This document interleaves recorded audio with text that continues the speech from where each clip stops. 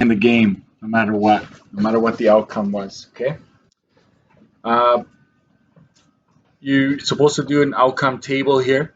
If you did the tree diagram, I would have honored it, but the fact remains that it's 12 outcomes, and so I wanted the actual outcomes written out as well. Okay, so to get the full marks there. Let me see here. So that was that. Question 2. You have kind of like a breakdown. It's almost like the seniors and the juniors and whatnot. But you have 3 categories. And so if you just want to make teams of 6, so if you want to, I circled it most likely if you didn't do a combination here. So you would have lost the mark there, but then I wouldn't have taken it away later on if you use permutations, as long as it still follows the same pattern, right? So for a team without any forwards, you got to just make sure out of the 14, you choose none of them. And remember, this is still your total of 24, and this is still your team of 6, right? That's what you're always checking to make sure you're doing this right. And that's 210 teams. How many teams of 6 can be made with at least 1 forward?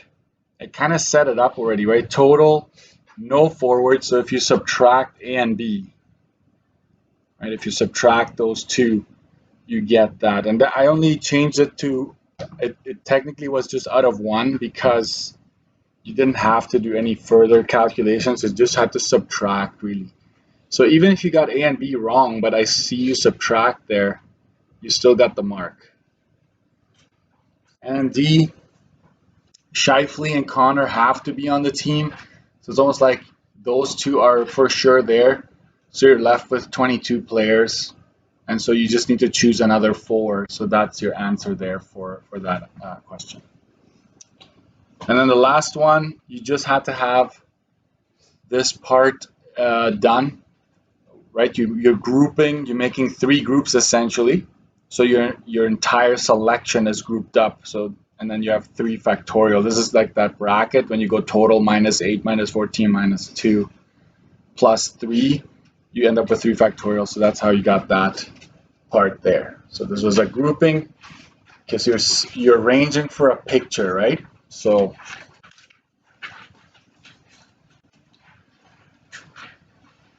next page, simplifying by hand. Most of you got that right, but I did want to see at least the 12 factorial canceling, so where you expand the 15, and I also wanted to see the 3 factorial expanded and simplified, so as much by hand as possible to get the full 2 marks there. Next, we did this something like this in class. It was very similar to the whiteboard activity. So you just had to like set it up using combinations, make it equal to 10, clean it up a little bit. So from this line to the next line, and then you come up with your restrictions based on this. Some of you are forgetting your brackets. Make sure you have your expressions in brackets, because if you just have a factorial, it's just saying n plus 6 factorial technically, right? So you got to make sure you have your brackets. You expand the top, cancel out the 4 factorials. 2 factorials, just 2, right? That's why I dropped the factorial there. Equals to 10. To get rid of this 2, multiply both sides by 2. And then once you clean it up, you end up with this quadratic equation here. And so it's n plus 1, n plus 10. Factoring or use a quadratic formula, you end up with -1 is the first option and -10 is the second, but you can't use -10 because your restriction says everything has to be greater than or equal to -4, right? That's where the restriction comes in handy. So this one doesn't go, okay? Pathways, for the most part, done very well. So I would say if you practiced enough, this page was basically like a just plug in and go, right? Just be careful. So there were instances where you could just, you don't have to like worry about the interpretation. You could just go. Next page here, passwords. When it deals with passwords, order matters, right? So don't be using combinations on those types of questions, right? So if you have no further restrictions, you had, because of upper and lowercase, you had 52 letters, you had 10 digits, and you had 4 special characters, which adds up to 66. So if you are allowed to repeat, it's 66 to the power of 5. No repetition, you just start dropping from 66, or 66 pick 5. There it is. The password must start with those 3 letters, and right, it's 3 specific letters, and with a special character. No repetition allowed. Some of you did the splitting into cases, so you get the 3 cases from up front, and you grab a special character. Some of you were subtracting 3 and 4 from 66, and so you would have started with what, 59 or something here. So this it's basically you grab one at a time, right? So you go grab R, let's say, and then you grab one special character. So you're down 2, and then it's 64, 63, 62. So that's how this goes. So don't be taking away the options from the middle part. Okay, but a lot of you got the 3 and the 4, so that already scored you at least half of the marks there. So you end up with this answer. The password has at least 1 repeated character.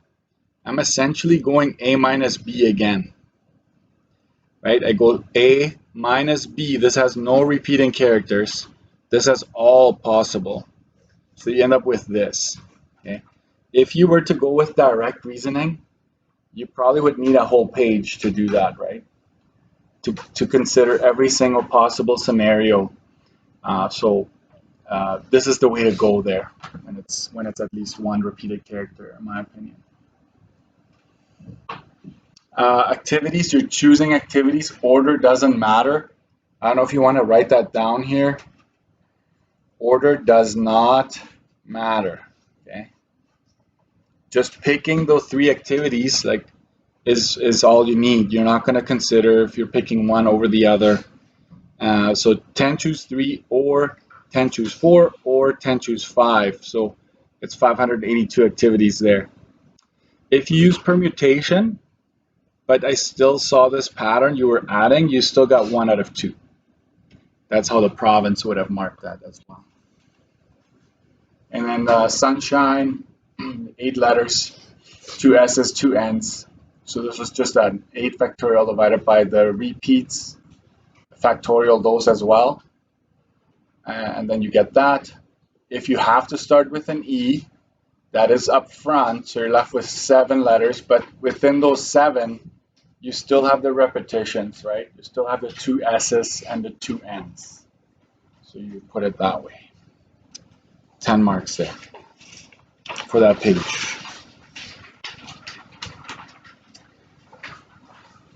The cards and your hands of cards, right? No restrictions. You just have your 52, choose 7. Order does not matter when it comes to hands of cards. I'll give you a little heads up.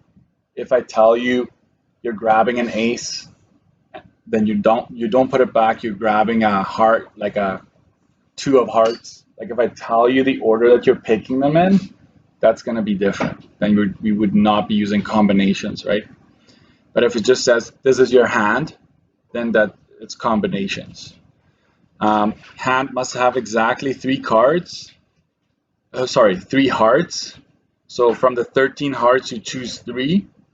And remember, this is your 52 deck, right? And you still have your hand of 7. That's what I always check for to see if I'm doing this right. And so when you multiply that, you get this many hands there. At most, 2 face cards. So that means 0 face cards, or 1, or 2, right? That's what at most is referring to here. I use direct reasoning. So I went from the 12 face cards, I choose 0. 40 that are non-face cards, I choose the rest, the 7, right? So they add up 52 and 7 still. From the 12 face cards, I would choose 1, 40, I choose 6. 12 choose 2, 40 choose 5. So you always have your 7 and your 52 there. And so that's how many hands you have. Choir needs to be seated. This one, yeah, you have to be careful on this one. All singers are wearing black. That's irrelevant, right? Because it's people. Their faces are still different. So yeah, just be careful there. How many ways can the director arrange the singers? It's 12 factorial. So just make sure you understand whether you're arranging something in rows or not. Technically, you can like move people over, and it just continues. It's almost like you're in a line. It doesn't really matter if you're in rows because you can just shift everybody every which way. So it's still just 12 factorial. If you're now making people stay in their row, you are essentially grouping those rows. So the first row is a group, second row is a group, third row is a group. So you can only move people within that mini group you've created. So it's almost like group 1, group 2, group 3. So that's why you have your 4 factorials. And then you can move those rows as well. So it's almost like when I have just a line and I group people and I just move them sideways, it's the same thing, right? So this is still the grouping scenario. And so that's 82,944 ways. If you at least write down the answer, if you ever want to study, or you can always go back and work backwards, like, and this video will be posted too. There's no back and forth here, so this is just 6 times 8. I changed this out of 1 here. You're only going one way, so it's 6 times 8, that's it. And then the balloons, that is identical objects, right? So you've got 15, but they're all the same that you can distinguish, so you got to divide out. This is the same scenario as the word with the letters, right? You got to divide out the repetition. So there you have that. That's 2 marks, 1 for each.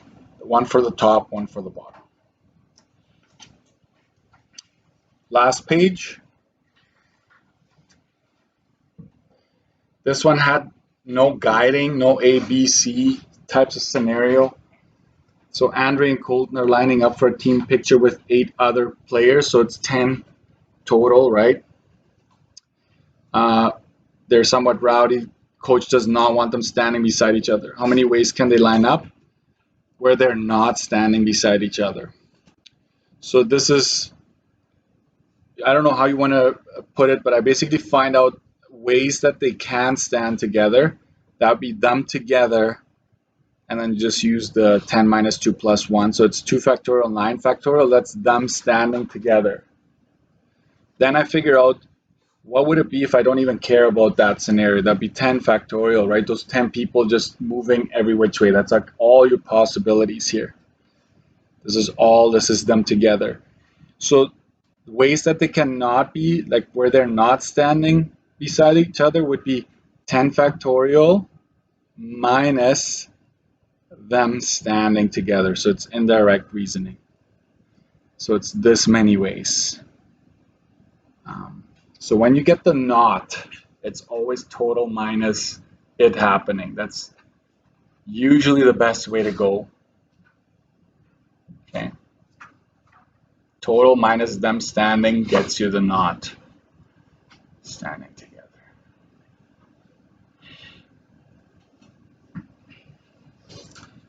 And then you had your classic Venn diagram. So let's talk about that here. So everything in red I calculated. Okay. So U universal, S is 125, Z is 75. We're given that. That has to be outside the circle. W I don't know yet. Okay. The 20, watch carefully. The 20, it's people that like zip lining and water parks. So the 20 represents this whole, the and. It doesn't say only, right? The 8 is all three activities. That 8 goes there.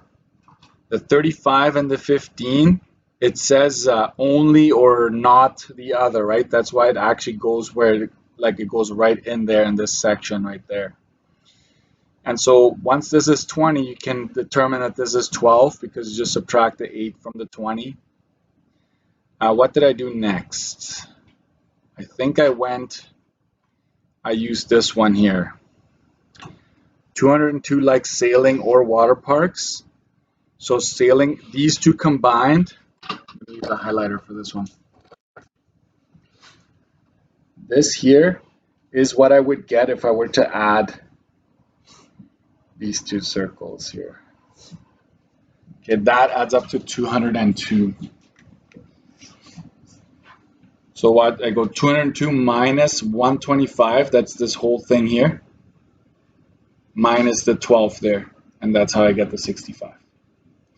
The 67 here is just 125 minus these three, right? 125 minus these, get to that. Now everything is filled in.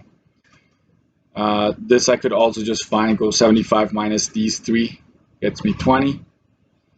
And then I had to check for outliers, right? So I went 275 minus all the sections that are in these circles, and I end up with 53. That's what was supposed to go in there. If you calculated it, but it wasn't on your Venn diagram, I took off half, okay? If it wasn't even there, or if the calculations didn't add up, it was a -1. People that only like one thing, if I saw you adding up these three numbers, whatever you got, you did get the mark for this for C there. So just make sure you show me what you're adding up, and then I'm okay with that. Last page, the bonus. Again, it's a bonus, right? It's very messy. Well, I probably put more steps down than would be necessary, but I feel like if you really want to know how to do this, come and see me. This would never be like on an actual exam or test. This is kind of, yeah. If I saw that you made significant strides and you started strong, but then something went wrong down the road, I still gave you partial marks. But you have two options actually here, 2 and 7. Okay. Yeah. So if you want to know how it's done, come and see me. I'm more than happy to